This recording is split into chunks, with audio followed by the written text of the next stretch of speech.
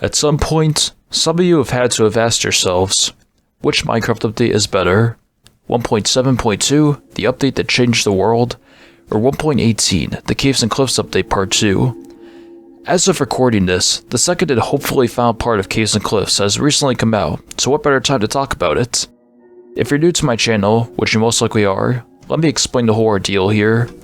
In this video, I'll be taking a look at Minecraft updates 1.7 and 1.18, discussing the features they add and change, and seeing which update does a better job overall. I'll be discussing this through 4 categories. These include world generation, blocks, gameplay mechanics, and overall experience. To clarify for anyone who watched my previous video, I won't be discussing mobs in their own category because neither of these updates add any new mobs. I'll discuss any mob changes whenever time seems right. Whichever update gets the most amount of points is the winner and takes the crown as a better update. If you end up enjoying this video, press the button that says the word subscribe and I'll give you free cookies. If you don't, I'm going to put you on a naughty list.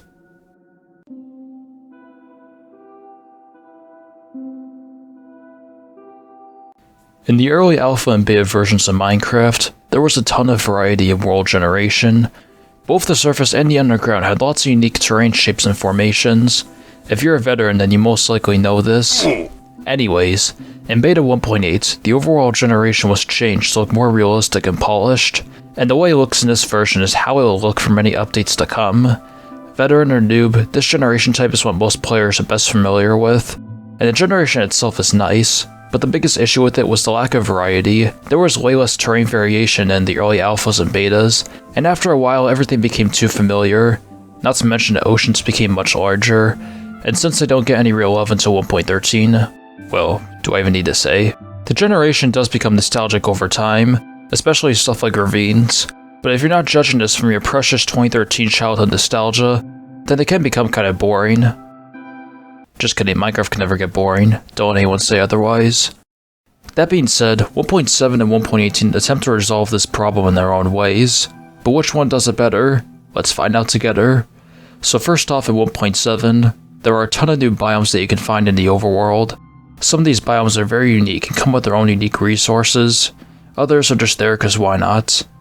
The first new biome is the Mesa, later known as the Badlands. This biome is basically the Grand Canyon of Minecraft. The forest is covered with red sand, along with cacti and dead bushes. The flat hilly parts of the Mesa are what's called a plateau. These are made up of hardened clay, mainly orange, but there are also strips of a few other colors on the side of the hills that make the biome resemble the crust underneath the Earth's surface. You can also occasionally find a dead forest, which has a dark grass color and is made up of oak trees. Some parts of the mesa have giant spikes made out of hardened clay that stick out of the ground. This area is called the Bryce, but it's later renamed the Eroded Badlands. You can also find a larger abundance of gold in the mesa, and since the biome itself is like a red desert, it won't rain while you're here. The second new biome is the Savannah. You know those places in Africa that safari people love to go to? The ones that aren't deserts? That's basically what the Savannah is. This biome is a lot more common. It's mostly flat. It comes with its own grass color, along with a new tree type called acacia. Sometimes the Savannah will have patches of grassless dirt everywhere, which is later changed into coarse dirt. There are some parts of the Savannah that are elevated higher up, and there's a separate sub-biome called the Shattered Savannah, which looks like something my computer would vomit up after I shove 10 pounds of ice into the central outlet or whatever it's called. Horses will spawn in the savannah, and just like the mesa, it doesn't rain. The third new biome is the Birch Forest. Basically those white trees that you'll occasionally find that you like to do your business on now have their own biome. This means you can get more birch wood. There's also the Tall Birch Forest, which is basically the regular birch forest, but with taller trees. Cool. The fourth new biome is the Sunflower Plains. It's basically the plains but with sunflowers, and because of that it's the best biome ever. The fifth new biome is the Flower Forest. It's basically an oak forest but filled with flowers, and unlike the Sunflower Plains it has more than one single flower. What I'm trying to say is the Sunflower Plains is racist. The sixth new biome is the Mega Taiga. It's like the normal taiga, except it's actually not. In this biome you'll find giant spruce trees. The ground is covered with patches of podzol and coarse dirt, along with dead bushes, ferns, and mushrooms, and there are also big rocks made of cobblestone. It's a very cool biome to explore, and if you disagree, you're wrong. The seventh new biome is the Ice Spikes. This is a snowy forest, but the trees are actually ice. It's a rare biome like the Mesa, so you can't tell me you don't like it. The 8th and final new biome is the Roofed Forest. This biome comes with a new tree type called Dark Oak, and you can also find giant mushrooms in this biome, making it the only place other than the Mushroom Islands as of this version where you can find them. You can also find a few oak trees as well. The dark oak trees are thick and sort of tall, and they're packed close together which causes them to block the sunlight. Because of this, the spooky monsters at night can easily spawn here, but don't worry, you can just burn down the forest. You might be causing global warming, but when has that ever stopped you? Along with these new biomes, there's also a few new things to find in other biomes. Deserts now have desert hills, and you can also find water in some deserts. Oceans can go deeper than before. There are 2 new types of beaches. There's a stone beach, name says it all, and there's a snowy beach, which is a regular beach covered with snow. Taigas can now generate without snow, and any snowy taiga is now called a cold taiga. That's cold burrow. Jungles now have small patches of melons you can find, similar to the pumpkin patches you can find in other biomes. There's also a new jungle mini biome called the Jungle Edge, which serves as a border between the main jungle and other biomes. We all love the extreme hills, don't we? They were the closest thing we had to mountains back in the day. Well, in 1.7, there are now Extreme Hills Plus, and they only cost an extra $30. They come in 4 variants. The first one has snow, the second one has trees, the third one has gravel, and the fourth one has a hairy chest. Well, actually, it has nothing but grass and stone. With all the new biomes and all the different climates, biome generation has been made more temperature dependent. This is divided between warm, medium, cold, and snowy biomes. Basically, this means biomes will mainly generate next to biomes where it makes the most amount of sense. Aside from new biomes, there aren't really any other changes in the overworld in 1.7, aside from the fact that caves are now less dense and less interconnected. I guess there are some advantages and disadvantages to this. One final thing to mention, 1.7 adds a new world type known as Amplified. In this world type, everything is a giant mountain. Actually, that's an understatement. Everything is a shattered savanna. Amplified will probably F your computer up, so make sure your computer doesn't suck ass. So that's everything in 1.7.2. Now let's see what 1.18 does. To sum up 1.18, it basically rewrites the generation code of the entire overworld. Now let me be more specific. The generation of the overworld is completely overhauled. Both the surface biomes and the underground are given a total makeover. I really don't know where to start. There's so much to discuss. Let's begin with the world height limit. The height of the world has been increased by a total of 128 blocks, 64 blocks higher and 64 blocks deeper. The build height was originally Y256, now it's Y320, and the bottom of the world was originally Y0, now it's Y-64. This makes the world height limit a total of 384 blocks tall. NBA players would be jealous, especially the short ones. Along with this change, clouds have been raised up from Y128 to Y192, so now they're less likely to have terrain going above them. The reason for the world height change is because some of the new generation features are so massive that the original world height would not be able to fit all of the changes. Now let's actually talk about those terrain changes. You know how 1.7 added all those new variants of biomes? Well, the way it worked was that you could only get those separate variants through a specific sub-biome. For example, you could only get Desert Hills from the Desert Hills sub-biome. 1.18 completely changes this. Biome generation and terrain generation are now independent from each other. This means biomes with different terrain variants no longer need a separate sub-biome to generate differently, and because of this, other biomes will now be able to generate in ways they couldn't before, which already adds tons of new variety to the overworld. Because of this change, a lot of sub-biomes have been removed and merged into main biomes. Here's a list on screen of every removed biome.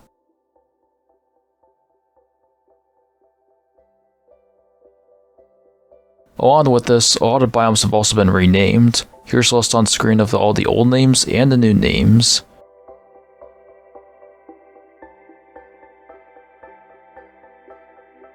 For other changes, you can now find giant cliffs generating next to oceans. This gives off a very majestic vibe. Just make sure you're not afraid of heights.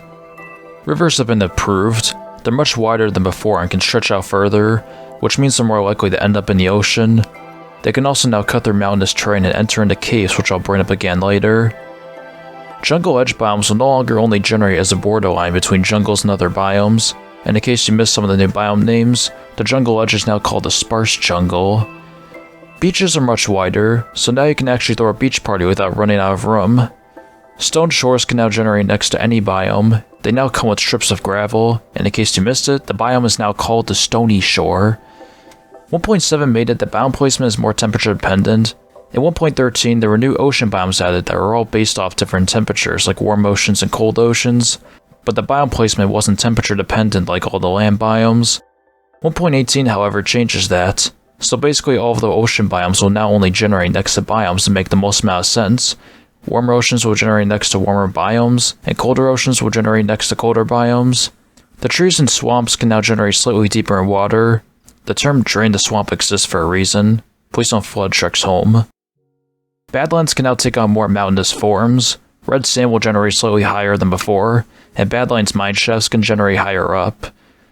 Desert temples and jungle temples will no longer generate on water. Never even noticed they did. Last but not least, villages are now more spread out, so it'll be a little harder and more rewarding to find one. By this point, we've basically scratched the surface. That's not even a metaphor. But now let's take a little dive on the ground, shall we? Just like the main surface of the overworld, the cave generation has also been completely overhauled. There is now a new cave classification type called noise caves. Don't let the name confuse you. Noise caves come in three forms. First, there's cheese caves, which are big massive caves that stretch out a decent extent. I mean, these things can get really big. I'm not even joking. The reason they're called cheese caves is because they look like the holes in Swiss cheese apparently. Next, there's spaghetti caves. These are smaller but a lot more squiggly and will loop around in a lot of fun and unique ways. And you can probably guess why they're called that. Finally, there's noodle caves, which are the same thing as spaghetti caves, but thinner and more claustrophobic. The devs were really hungry when they thought of these names. Alongside noise caves, there are also aquifers, which are local water levels you can find in caves. Sometimes they'll fill an entire cave, other times they'll create giant underground lakes. Because of this, the many water lakes that existed before are gone. Rest in peace. Magma blocks will generate inside of aquifers just like how they did in ocean ravines, and you can find glow squid spawning in aquifers at Y30 or below. There are also lava aquifers that will generate deeper underground. As I said before, the bottom of the world is now at Y-64. Because of that, this is the place where bedrock will generate now, and at Y0 where you once found bedrock, you'll now find something new. 1.17 added two new stone types called Tuff and Deep Slate that generate in patches from Y16 to Y0. In 1.18, these patches have been removed, and instead Deep Slate will now replace stone starting at Y8 and taking full effect to Y0. From Y0 to Y-64, everything is Deep Slate, but there are also patches of Tuff that will generate here. Any ores that generate below Y0 will generate in their Deep Slate variant, and you can also find infested Deep Slate down here. Any blocks that generate above Y0 will not generate below Y0, except for gravel. There are some fates you can't escape. Caves can generate all the way down to Y-59, so that means you can also find caves with Deep Slate everywhere, which basically doubles the amount of variety in cave generation. Deep Slate caves aren't any different than regular caves, except that they're darker and more scary. Oh, and there's also lava aquifers like I mentioned before. If you're a veteran player and you don't want your childhood ruined, don't worry, the old caves are still here, but now they can generate alongside the new caves to add even more variety. The old structures also still exist, and they can also generate below Y0. There's also a ton of new forms of cave entrances you can find in the surface.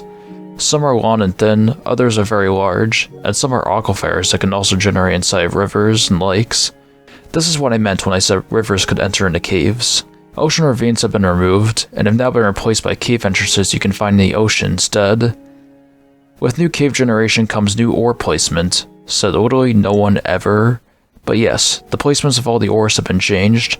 In 1.17 and prior, each ore would start generating at a certain level underground, and would then keep generating down until it reached the bottom of the world. Every ore except lapis and copper had a linear pattern, which means they would generate in the same quantities wherever they were. This has all changed. You'll still find most ores in the places you would expect, but they now have a more triangular pattern of generating, which means the amount of ore you find depends on the Y level you're at, and some ores will stop generating if you go deep enough. Here's a chart on screen that shows all the details. To basically sum it all up, coal, copper, and iron will mainly generate above Y0, but coal and iron can also generate in higher elevations, and copper will generate more often in one of the new cave biomes I'll discuss later. Lapis and gold will generate slightly above and below Y0, and like before, you can find gold more commonly in the Badlands. Emerald will generate much more often, but it only generates in the new mountain biomes, which I'll mention again later. And finally, redstone and diamond will mainly generate below Y0. Ores will also be more exposed inside of aquifers, that includes the lava ones.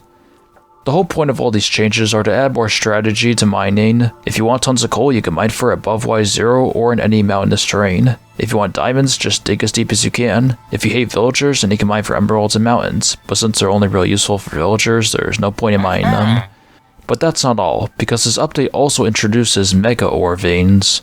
These are rare but massive strips of ore that you can spend hours trying to mine up. There are two types of ore veins in this update. First, there's copper ore veins, which are packed together with blocks of granite. These will generate above Y0.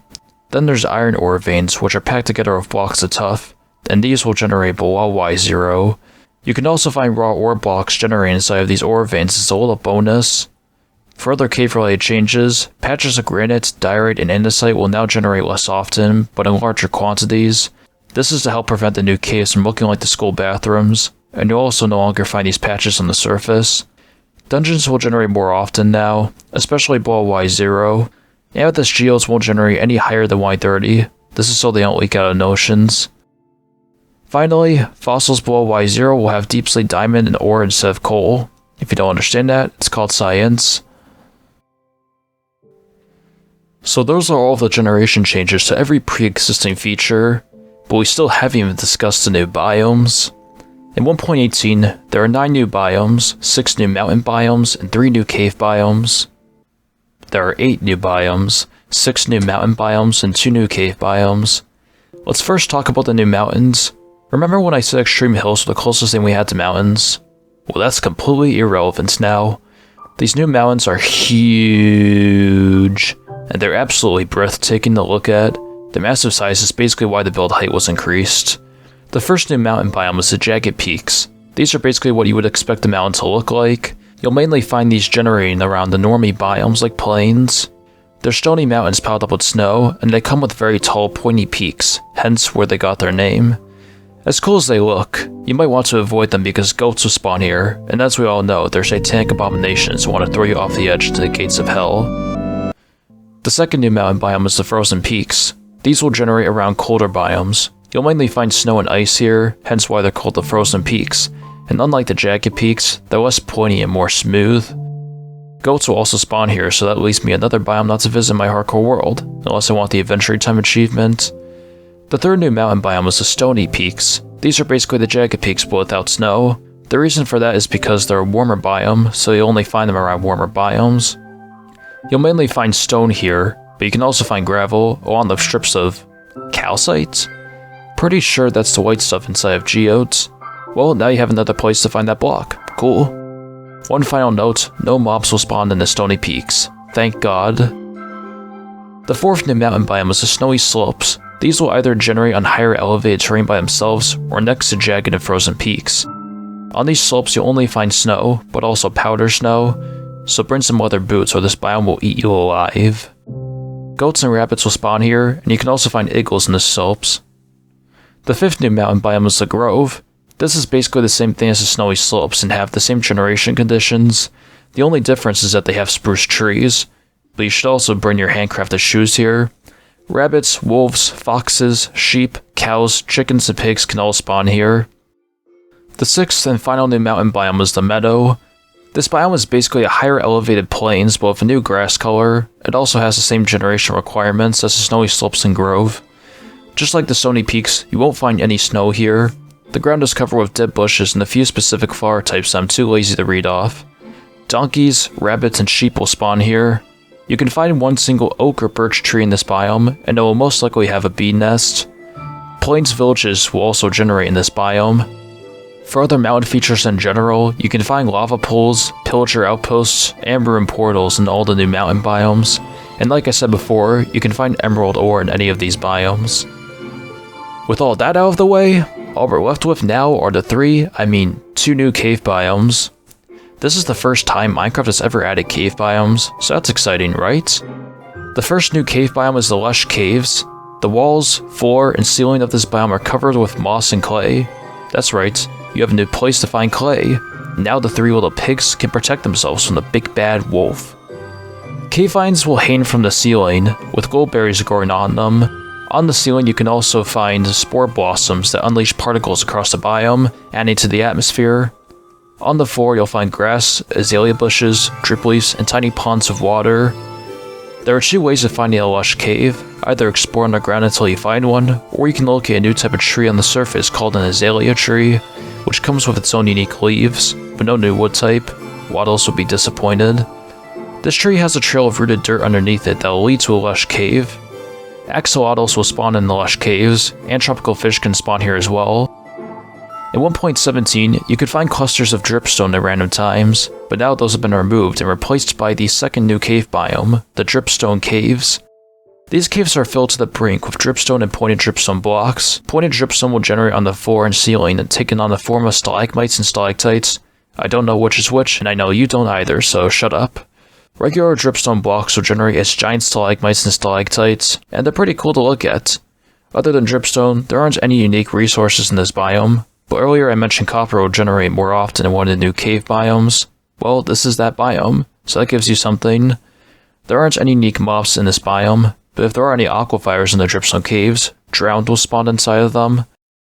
Both cave biomes can generate at any Y level and in any type of cave formation, and all the normal cave structures can generate in the cave biomes as well, along with room portals. One more small thing to mention: amplified and large biome world types have been updated to fit in 1.18, and cave only and floating island world types have been removed. Oof. Okay, I know that was a lot to pack in. Don't worry. Generation is the biggest part of both these updates, but with all that out of the way, let's actually see which update does it better. Both 1.7 and 1.18 give you lots of new things to explore in your world. In 1.7, you have a lot of new biomes to discover. Some of them are quite common, others are more rare. Some of them look like nothing more than a plain sub-biome, while others are more unique and interesting. There really isn't anything bad to say about 1.7. The new biomes are cool and give you more things to explore in your world, and there's also Amplify World Type, which gives you a whole new way to play the game. The cave changes can be looked at two ways. Strip mining is slightly more efficient now, but at the same time cave exploring isn't as exciting. But honestly, are you really going to notice any difference?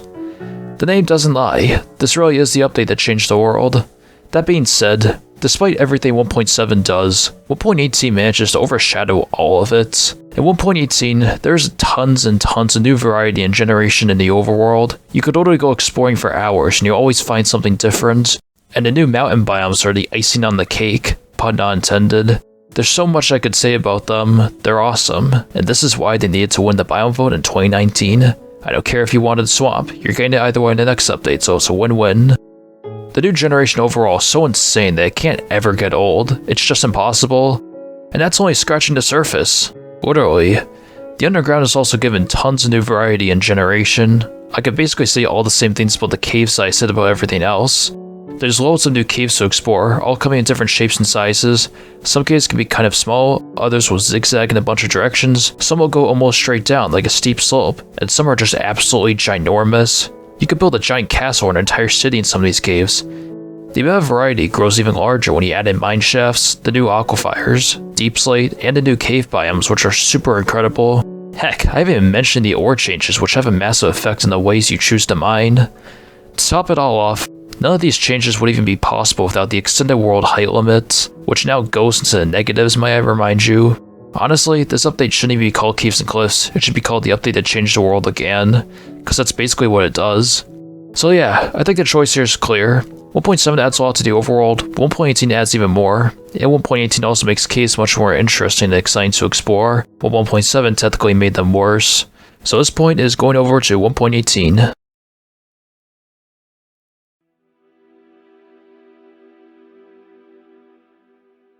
With new things to explore comes new blocks you can find and make. Well, for the most part. In 1.7, there's stained glass, which is basically colored glass. There are 16 types of stained glass, each one for each type of dye in the game.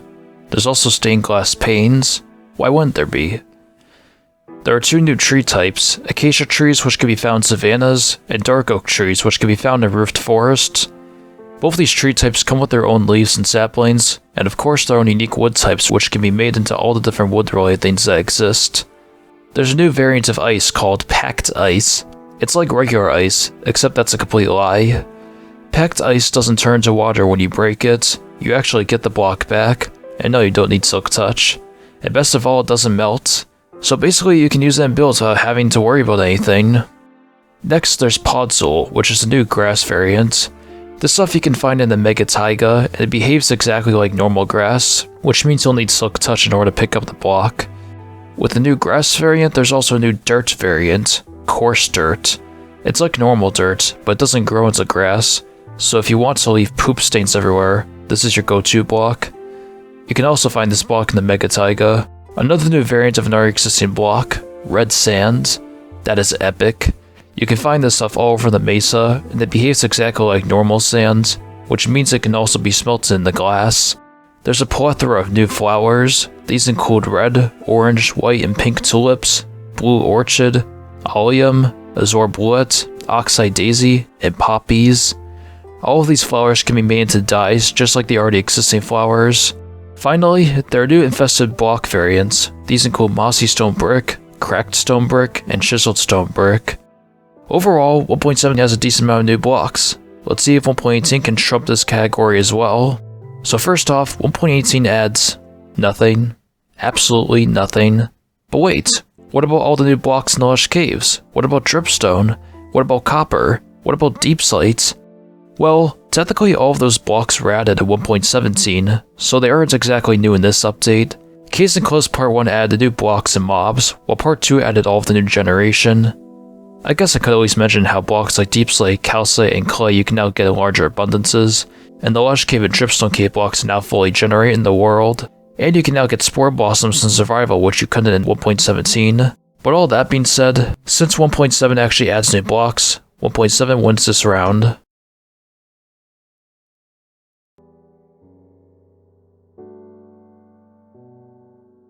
We have now entered the more miscellaneous category, so here I'll be discussing things like additions and changes to tools, potions, enchantments, along with tons of other random things.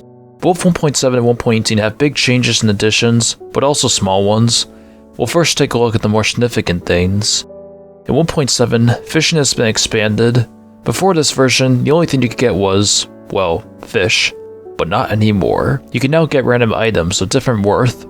There are 3 categories of loot you can get. There's treasure loot, aka rich person loot, which include things like bows, enchanted books, name tags, saddles, and more fishing rods.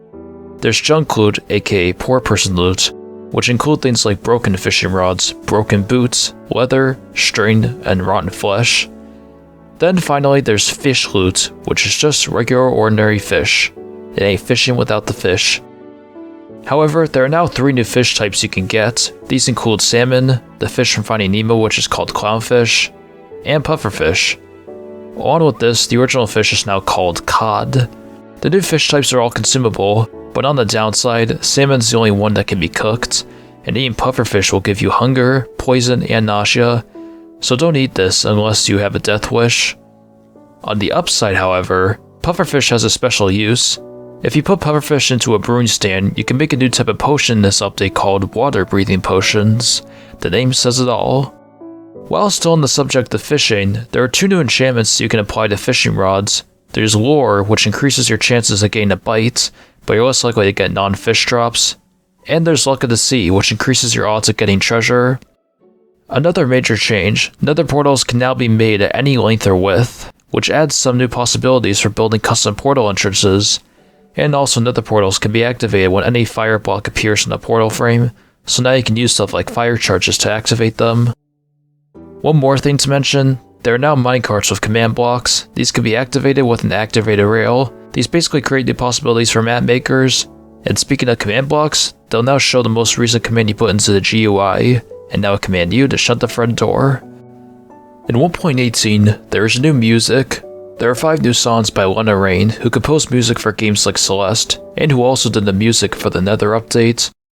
Her songs include Stand Tall, which plays in the jagged peaks, frozen peaks, stony peaks, and snowy slopes.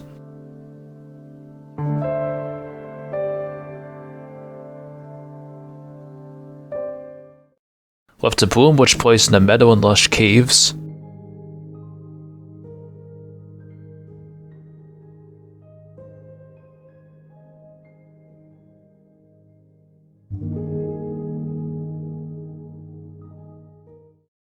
one more day which placed in the snowy slopes, meadow, and lush caves.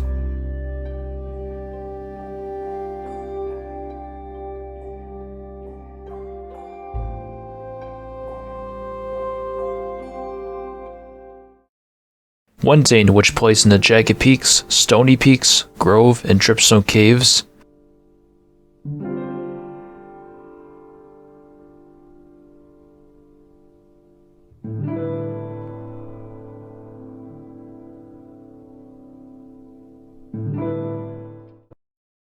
And infinite amethyst, which plays in the grove and dripstone caves.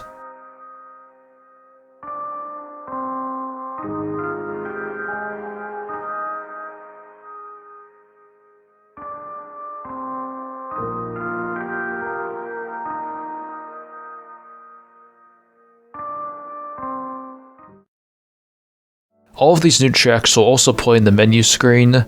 There's also one extra track on the rain called Ancestry, but it currently doesn't play anywhere in the game, probably because it was supposed to be part of that one biome that was postponed. Wait, what biome? There's no other biome.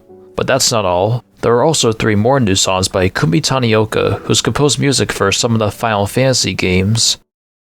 Her songs include Folding Dreams, which plays in the jagged peaks and lush caves,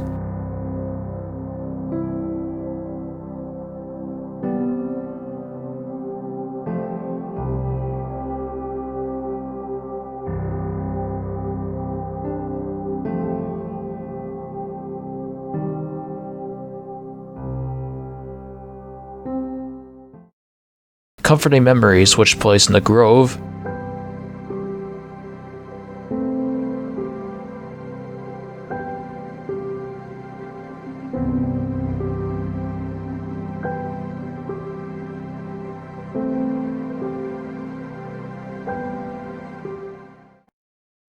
and An Ordinary Day, which plays in the snowy slopes, lush caves, and dripstone caves.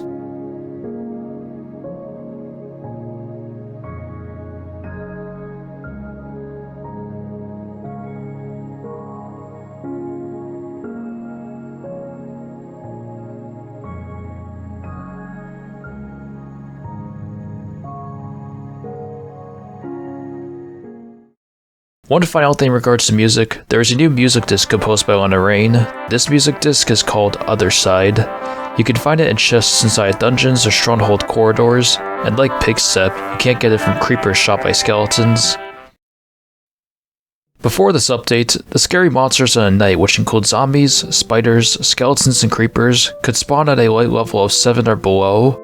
This is why you keep finding creepers in the bathroom stall. But at 1.18, these specific mobs and any others that share the same spawning rules, like witches and endermen, can now only spawn at a light level of 0. Holy crap. The main reason for this change is because some of the new caves are so massive that it makes it a lot easier for the spooky monsters to spawn, even with these new changes. But on the bright side, light source blocks like torches are now much more efficient, so it'll be easier to prevent those pesky mobs from spawning. And this is why nightlights exist. Alongside this change, mob spawners can now spawn mobs up to a light level of 11, adding a little more challenge to dungeons. Another major change is that horses and llamas will now follow you if you're holding specific foods, something that you couldn't do before this update surprisingly. Horses, mules, and donkeys will follow you if you're holding a golden carrot, golden apple, or an enchanted golden apple, but you probably won't feed them these things unless you're Mr. Beast. But hey, even animals can dream. Seriously, I've seen my dog do it. Llamas will follow you if you're holding a full hay bale. Sorry llama, but I need this to break my fall. Just kidding, I'm not Dream. What makes this change really cool is that it's a lot easier now to get horses across those stupid annoying rivers, and since they've gotten bigger it's even more helpful. Same thing for llamas, but you can just put them on the leash since riding them is useless. One more important change in 1.18 I should mention is that when you spawn into a world, your spawn point is more likely to be in a place that isn't a tiny ass island in the middle of the ocean. Now you know why I had to say this. If you think we're done yet, those are just the biggest things. Let's now look at all the smaller stuff that isn't as significant, but still worth mentioning. At 1.7, wooden slabs can only smelt half as many items as a regular plank. Makes sense.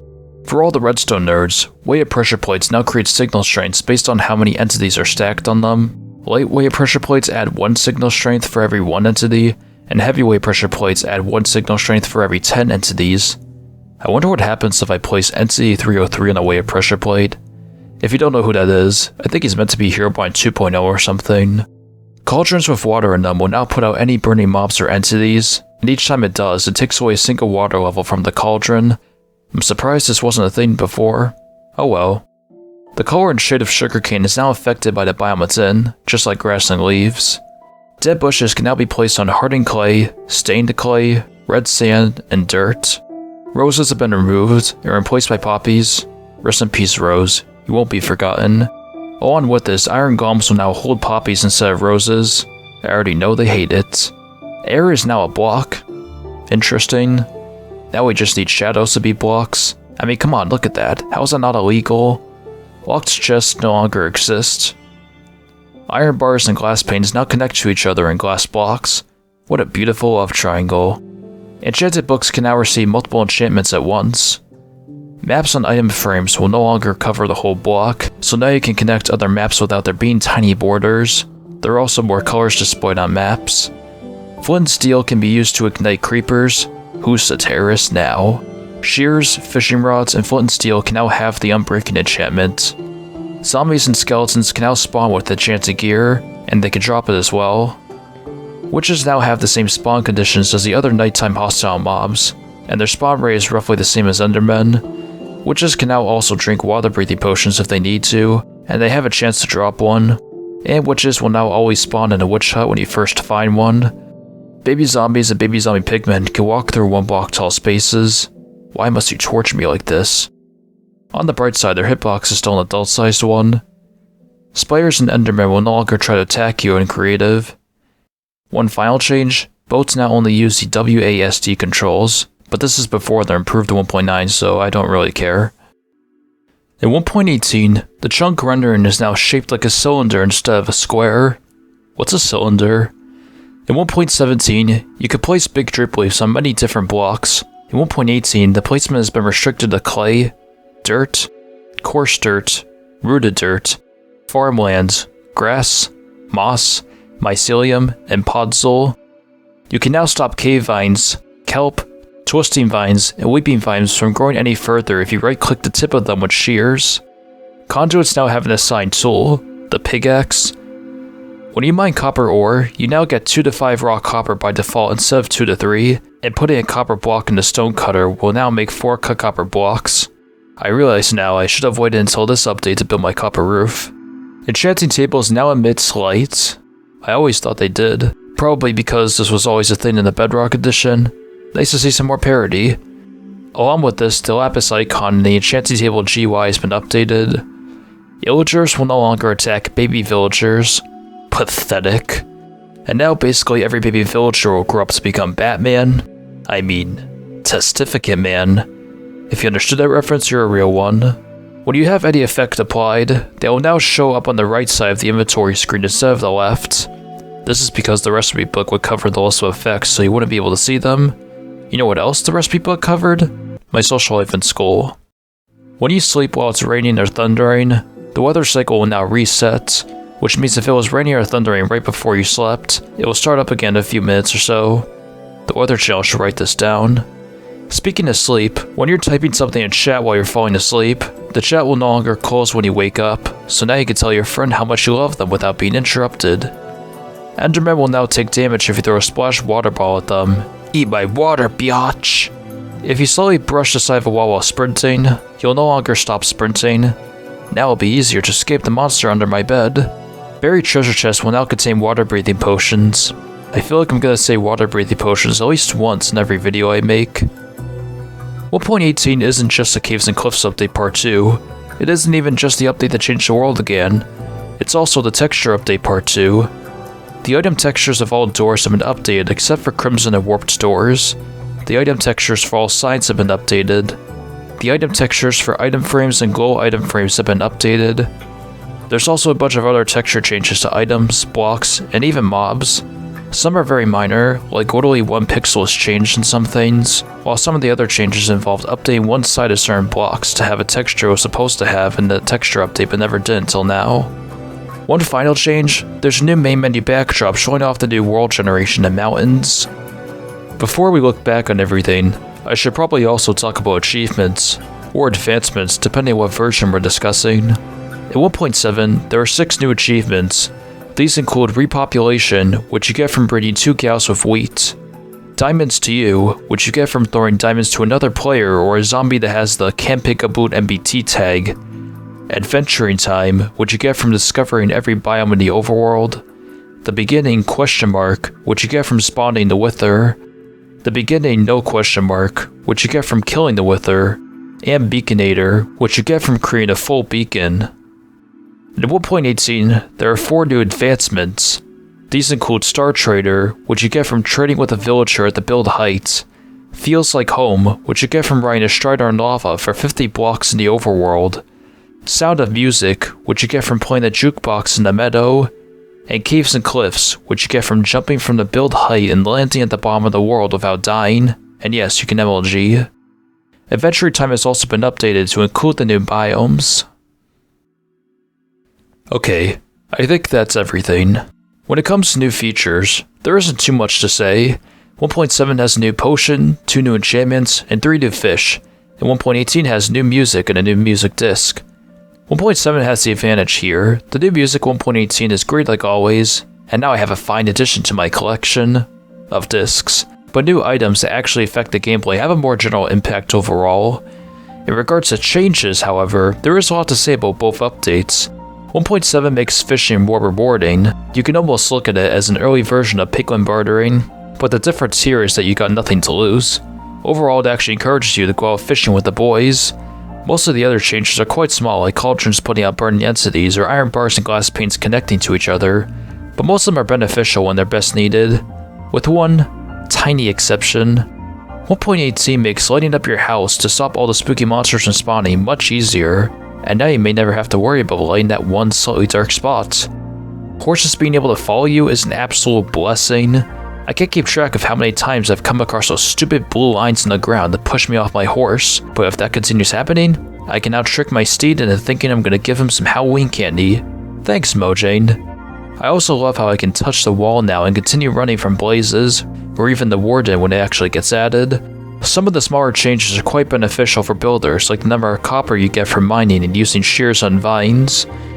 There isn't really much bad to say about anything in these updates, but I think 1.18 has a slighter advantage. The new fishing changes are great, but after a few updates it sort of loses its touch, and even now there are lots of people asking for a fishing update. Water breathing potions are very handy, but in 1.7 they're not too useful since there really isn't anything to explore underwater until later updates.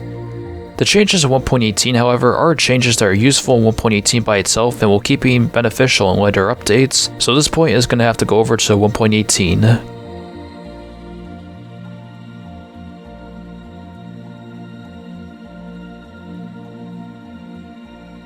We've now discussed everything, at least I hope, that both updates added and changed. So now we're at that point in the video where we see how much all the features and changes affect the game experience as a whole.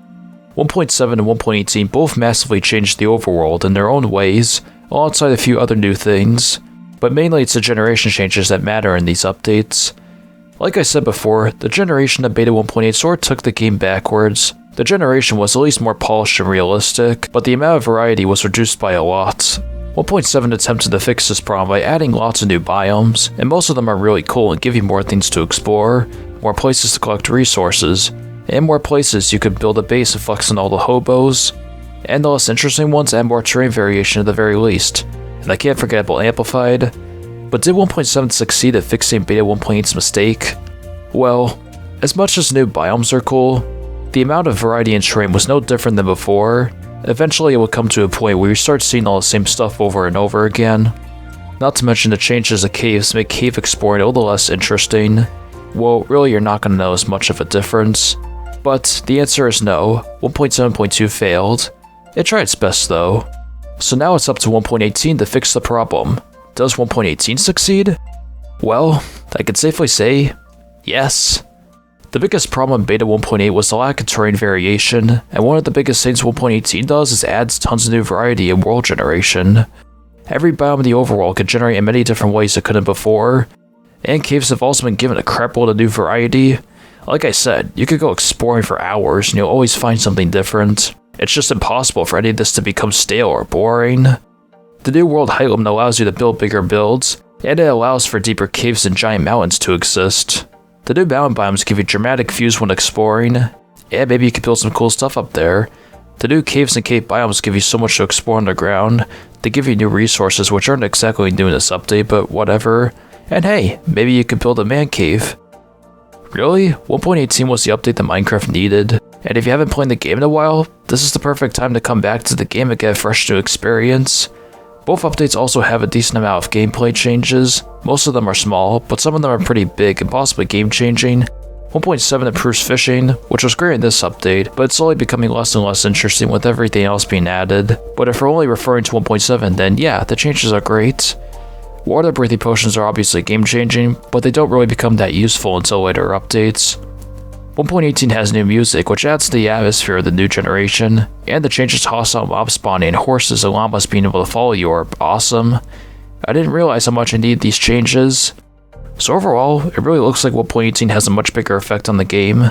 The only advantage 1.7 has is in regards to blocks, but then again, if Caves of Calypso was never split into two parts, then 1.18 would have the advantage. So yeah, I think I've said enough. 1.18 takes the final point. Well, there you have it. 1.18 is our final winner with 4 points, while 1.7 has 1.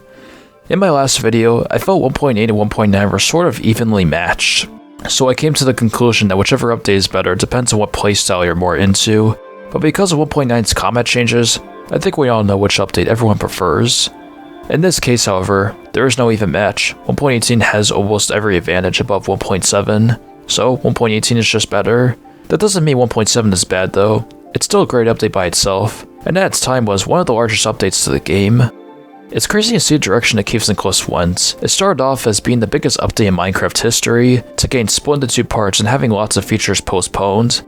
But even for all that, it was still an amazing update at the end of the day. The only disappointing part is that we didn't get to see features like the Deep Dark, bundles, archaeology, and the legendary Goat Horn. But they're still planned to be added thankfully. The Deep Dark we know is going to be part of the Wild updates, but all the other features have basically been added to the pile of things that are planned to eventually show up.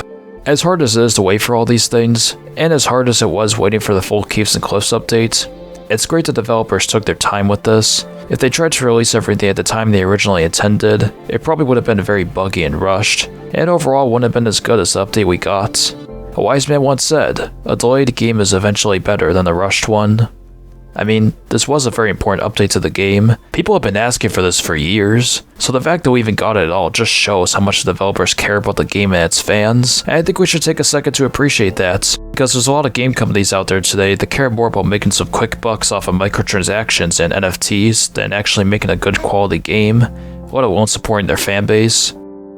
Well, that's gonna do it for this video. If you enjoyed and want to see more stuff like this, remember what I said about the red button. Click it and you're in for a treat, and you're also benefiting me at the same time. And that, ladies and gentlemen, is what we call capitalism. If you didn't watch my last video, press the thumbnail on the screen and I'll take you right to it. Okay, now get lost.